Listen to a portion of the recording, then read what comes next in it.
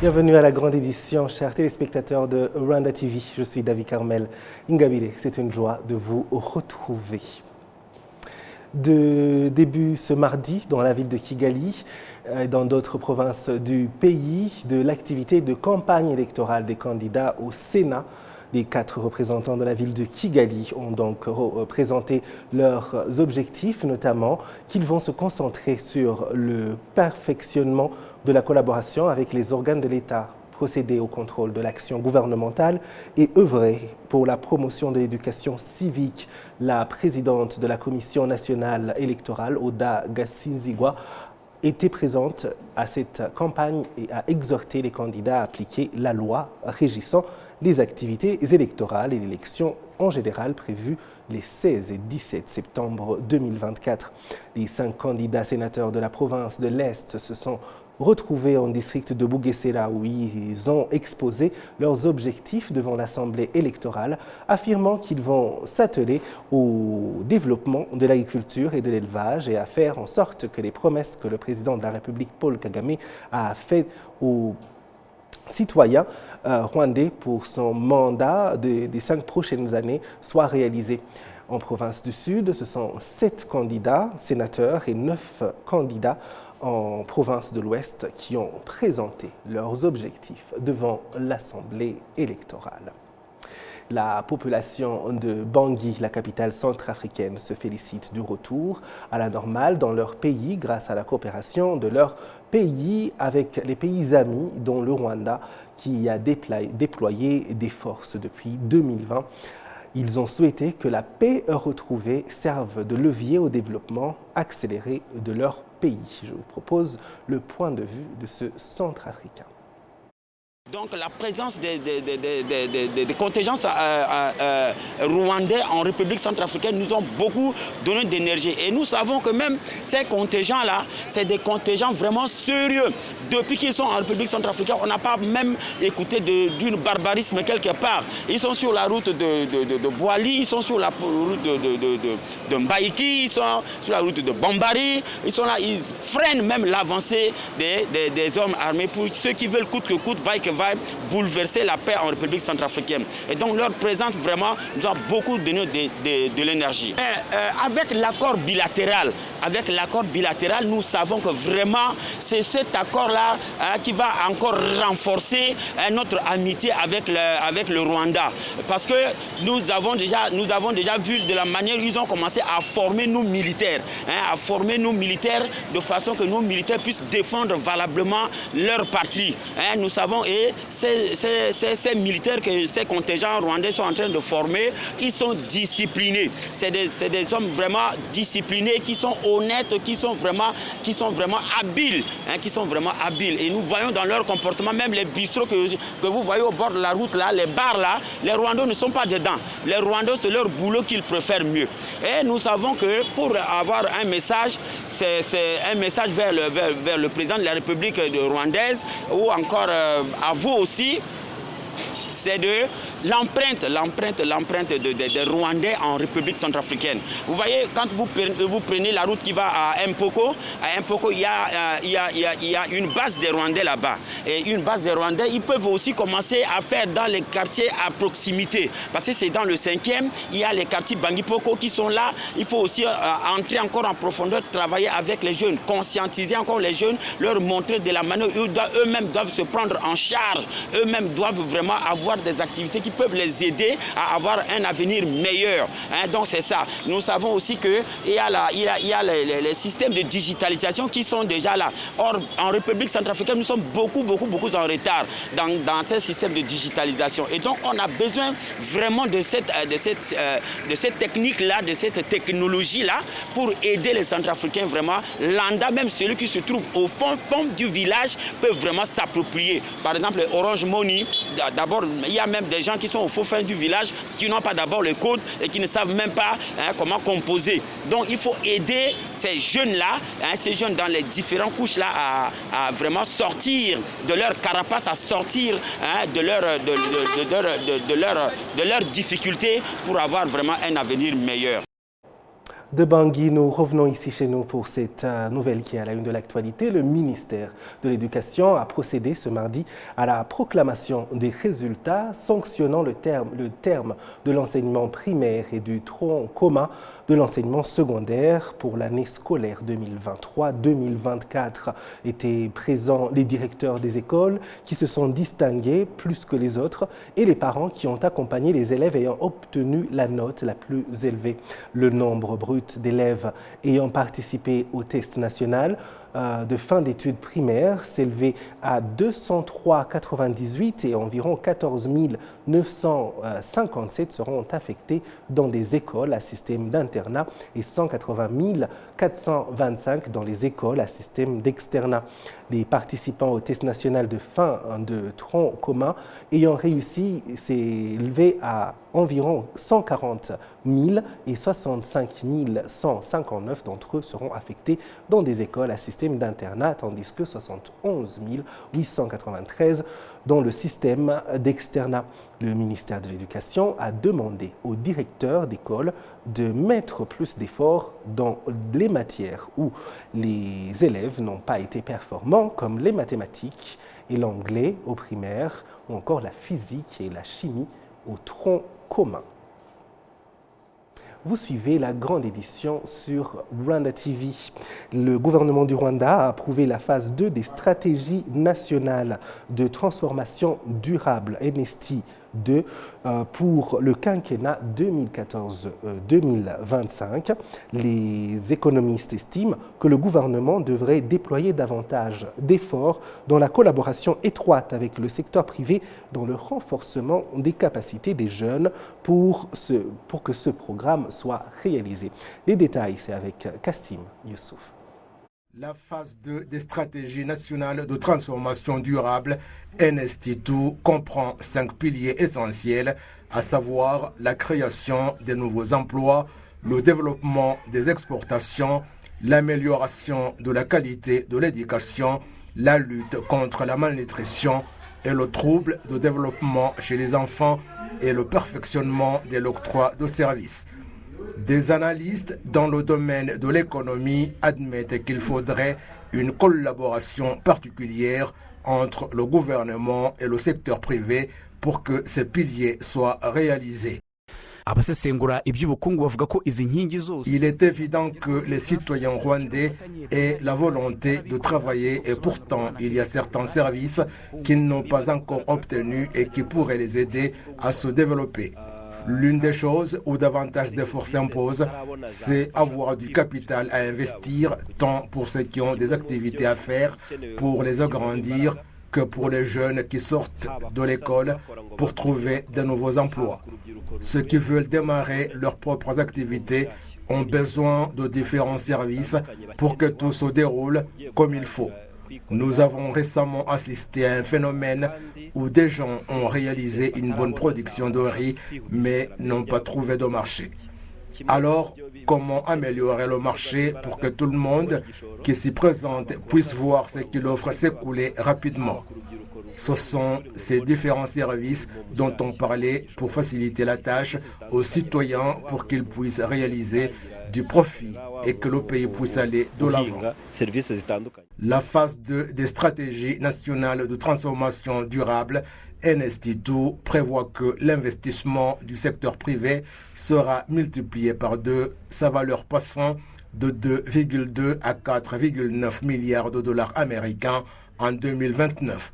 Les revenus de l'exportation du Rwanda vont quant à eux augmenter, passant de 3,5 à 7,3 milliards de dollars américains, et ces prévisions ne pourront être réalisées qu'avec la contribution du secteur privé. Le premier rôle est de mettre cela en œuvre parce que ça profite aux citoyens en tant qu'acteurs et aussi à l'entrepreneur, parce que lorsqu'on a des gens qui vous aident dans la mise en œuvre et qui sont bien préparés et ont la même compréhension que vous pour le développement, qui veulent aussi travailler et obtenir des bénéfices, vous pouvez travailler ensemble sans aucune hésitation. La phase 2 des stratégies nationales de transformation durable NS-TITU, tel que le gouvernement rwandais l'a approuvé, prévoit la création d'1,250 000 nouveaux emplois où 250 000 seront créés chaque année.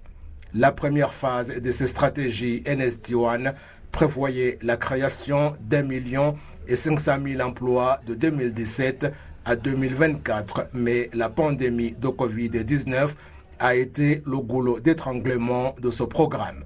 Malgré tout, 1 374 000 emplois ont été créés, comme l'indique le gouvernement du Rwanda. Les réfugiés congolais hébergés par le Rwanda se déclarent indignés par l'attitude indifférente de leur pays qui ne fait rien pour qu'ils regagnent la terre de leurs ancêtres. Certains d'entre eux viennent de passer plus de 2 décennies en exil et cela les affecte douloureusement et ils disent s'inquiéter de l'avenir même de la RDC, leur pays. Écoutons à ce propos ce qu'en dit Amon Nkurunziza, l'un des Congolais vivant au Rwanda. Quand on n'est pas chez soi, c'est-à-dire que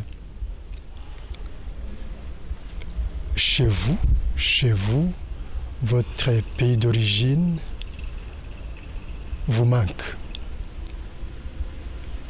Et ça a des répercussions sur la vie que vous menez. À titre d'exemple, je ne peux pas investir facilement chez moi. Je ne peux pas me permettre aujourd'hui d'aller chez moi et travailler. Je ne peux pas aujourd'hui habiter chez moi. Je ne peux pas vivre comme je vivais avant. C'est pas facile de se sentir exclu de chez soi, de ne pas avoir les mêmes droits que d'autres, comme partie prenante de la population congolaise. Il y a eu des rencontres au niveau très élevé. Il y a des instances qui ont approché les autorités compétentes du Congo et qui ont discuté sur différents problèmes auxquels nous faisons face. Mais à chaque fois, la réponse a toujours été positive. Il n'y a pas de problème. On va régler vos problèmes. Malheureusement, on ne voit pas ce changement. Il y a les mots qui se disent, ça va aller, ça va marcher, on va régler vos problèmes, mais ça reste lettre morte. Ça n'a jamais été mis en exécution. Le fait d'aller dans un autre pays, travailler, en soi, ce n'est pas un problème. Mais quand il s'agit d'aller dans d'autres pays, pas parce que vous voulez aller dans un autre pays, mais parce que vous êtes obligé d'aller, parce que vous n'avez pas le droit d'être chez vous, c'est déjà un problème. Ça, c'est 2.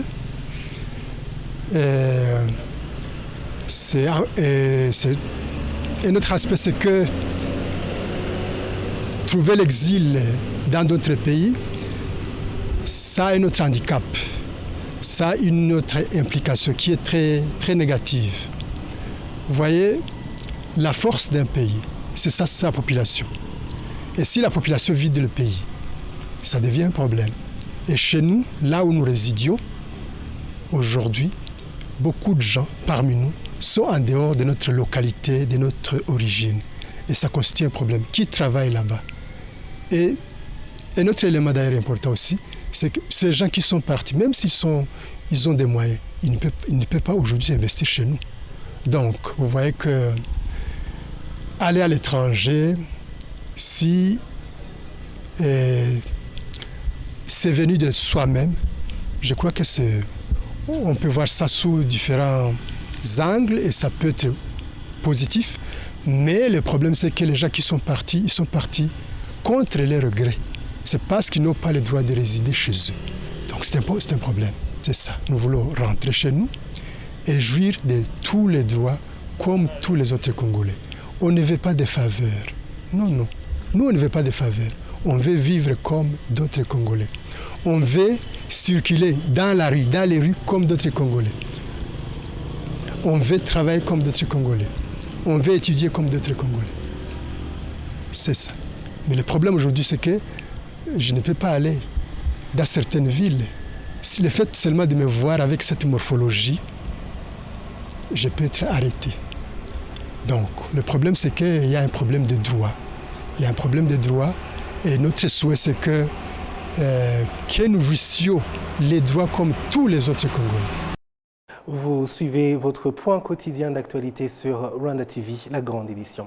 Les habitants des zones urbaines et du milieu rural où les routes ont été bitumées admettent qu'elles servent de détonateur au développement parce qu'elles facilitent les déplacements et les acheminements de la production agricole au marché. Kassim Youssouf, encore une fois. Dans le secteur de Bigogwe, district de Nyabihu, au quartier dénommé Arusha, des agriculteurs procèdent au chargement de la production agricole dans des camions. Il vient de pleuvoir, mais ils ne se soucient de rien parce qu'il n'y a pas longtemps que leur route a été goudronnée. On se servait des moyens de déplacement archaïques qui parfois ne parvenaient pas à supporter le poids des marchandises transportées, mais comme nous avons cette route, les produits agricoles à vendre peuvent rester ici même pendant une semaine et d'autres, on les portait pendant plus de 2 heures, certains pour Kigali et d'autres pour Muhanga. Lorsqu'il pleuvait, les véhicules n'arrivaient pas ici et nos produits se vendaient à des prix dérisoires. Maintenant, les véhicules sont disponibles et les prix sont intéressants.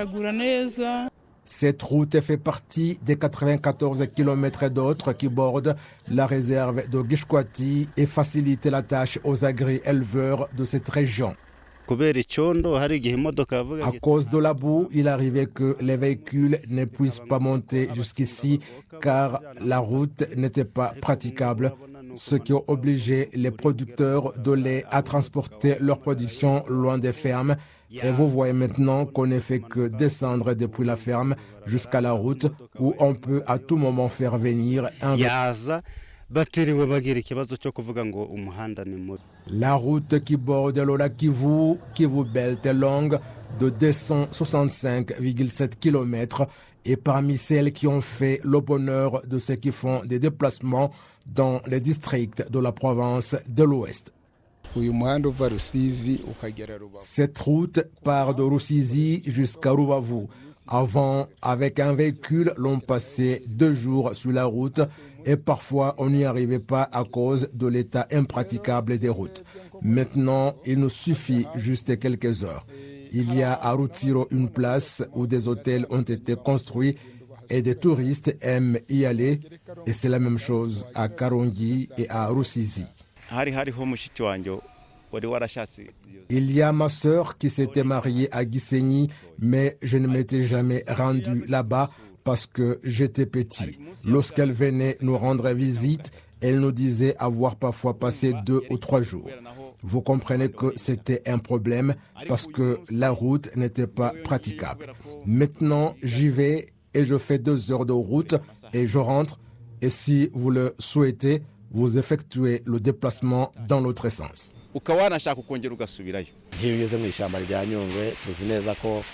Il y a actuellement de l'éclairage public dans la forêt de Nyungwe, ce qui facilite à ceux qui font le commerce de travailler 24 sur 24 heures sans problème.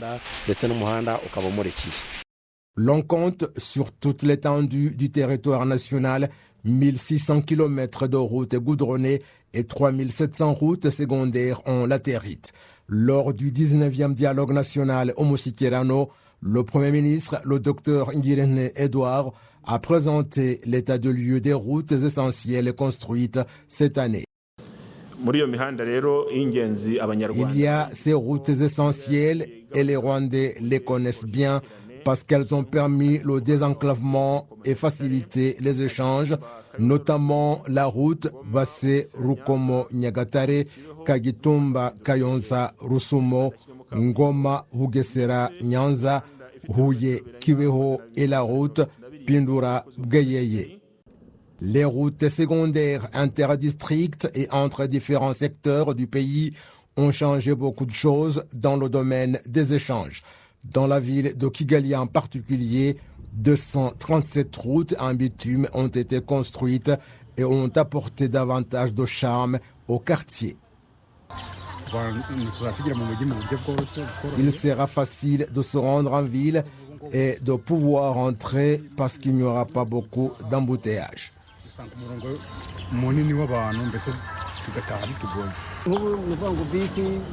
Avant, les bus et d'autres véhicules rencontraient des difficultés à se déplacer. Les gens étaient pleins de poussière, mais actuellement, on est propre. En n'importe quel moment, de Nyamirambo à Mageragere, les véhicules sont disponibles. Les acquis dans la construction des routes au cours des 30 dernières années démontrent que le développement dans ce domaine est possible malgré qu'il y ait d'autres zones dans le pays qui ont besoin que leurs routes soient réhabilitées pour faciliter les échanges et le transport. L'inspecteur général de la police du Libéria, Gregory Coleman, est en visite de travail au Rwanda pour se rendre compte des réalisations du pays, particulièrement les activités de la police nationale du Rwanda. Avant de s'entretenir avec l'inspecteur général de la police du Rwanda, le commissaire général Namuhoranye Félix, l'inspecteur général de la police de Libéria, Gregory Coleman, a visité le mémorial de génocide de Kigali à Gisozi, où il a rendu hommage à environ 250 000 victimes du génocide perpétré contre les Tutsis qui y reposent. L'IPG Gregory Coleman indique qu'il apprécie beaucoup le progrès que le Rwanda a réalisé dans différents domaines et que le Libéria voudrait bien en apprendre de lui à travers particulièrement la collaboration de la police et des citoyens, le community policing. The level of barbarism that this continent has seen over the last few decades. La méchanceté inhumaine que ce continent a connue au cours des dernières décennies, dont le paroxysme a été des massacres exterminateurs, est la raison pour laquelle, en tant que dirigeants de la police, nous poursuivrons des entretiens sur comment améliorer l'organisation de travail pour être parmi ceux qui mettent en place des mesures pour prévenir que ça se reproduise sur nos citoyens en allant en profondeur pour découvrir ce qui entraîne des problèmes parmi les gens parce que tout cela est consécutif à la mauvaise gouvernance. Nous devrions de notre part œuvrer pour que les lois soient mises en application et que nous disions aux citoyens que nous sommes leur police qui est à leur service. La police de Libéria est donc en train d'apprendre tout cela du Rwanda parce que l'application de la loi exige la contribution de la population dans ce qui est fait pour elle, ce qui fait qu'elle a confiance et fait le suivi de ce qui est accompli pour elle. Le porte-parole de la police nationale du Rwanda, ACP Rutikanga Boniface, indique que la police du Rwanda va davantage œuvrer pour l'excellence dans le concert des nations. Il est prévu que l'inspecteur général de la police de Libéria va visiter les activités de la police nationale du Rwanda dans différents districts du pays.